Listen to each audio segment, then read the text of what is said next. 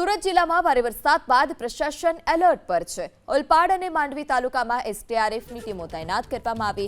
અસરગ્રસ્ત વિસ્તારમાં 4000થી વધારે લોકોનું સ્થળાંતર કરાયું છે।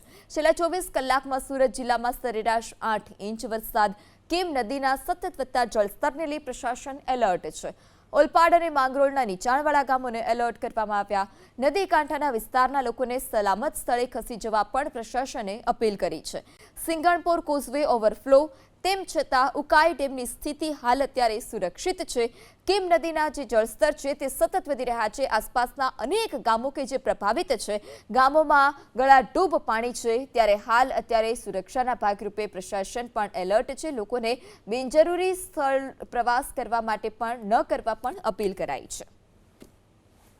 રેડ એલર્ટ છે જ એટલે તકેદારીના ભાગરૂપે આપણે તમામ શાળા કોલેજોને તો આજે બંધ રાખવામાં જ આવી છે અને હજુ પણ રેડ એલર્ટની સ્થિતિ છે એટલે ભારેથી અતિભારે વરસાદની સંભાવના છે।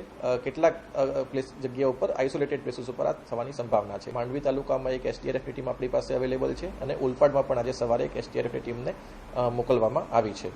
એટલે અત્યારે હાલની જ સ્થિતિએ જોઈએ તો ઓવરઓલ જિલ્લામાં સ્થિતિ જે છે એ અંડર કંટ્રોલ છે। ફક્ત કીમ રિવર ઓવરફ્લો થવાના કારણે ઓલપાડ અને માંગરોળ તાલુકાના ગામો છે તેની આસપાસ તકેદારીના ભાગરૂપે અત્યારે શિફ્ટિંગ ગઈકાલે પણ થયું હતું અને આજે પણ ચાલુ છે।